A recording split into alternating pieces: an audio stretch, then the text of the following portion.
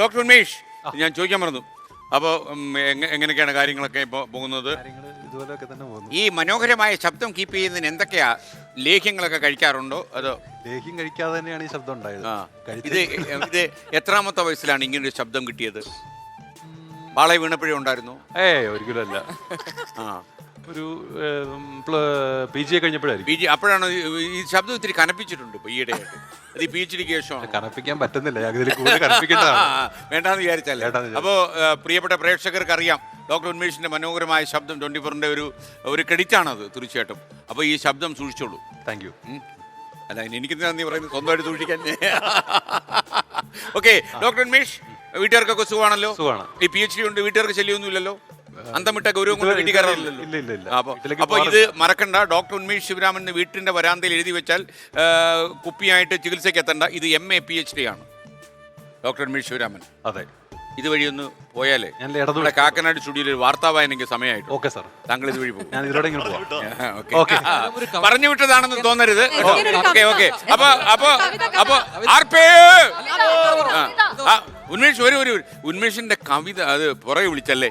നീ വാർത്ത കൊളാവും. ആൾക്കാരെ പിൻവഴി വിളിച്ചു. 2 വരി ഡോക്ടർ ഉന്മേഷിന്റെ. ഇത് പറയുന്ന കവിതയാണ്.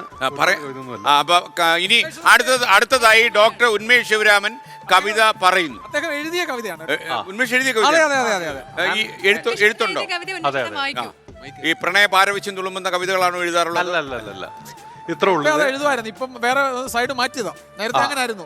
ആണോ? വണ്ടി മാറ്റി പിടിച്ചു.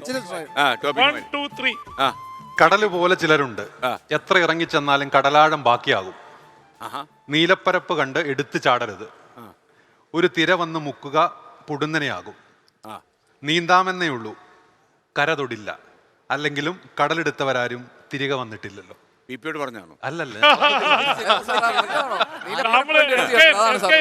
കടലിൽ പോയാലും നമ്മൾ തിരിച്ചു വരും. Thank you. അത് വളരെ വളരെ അല്ല, ശരിക്കും വാക്കുകൾക്ക് ഗർഭം ധരിക്കുന്ന വാക്കുകളാണ്. അതെ. Thank you. That was the poem read by Dr. Unmesh Sivaraman.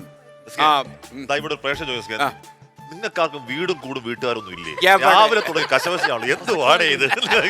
Correct ചോദ്യമാണ് ഇത്. എന്തുവാടേ ഇത് അല്ലേ?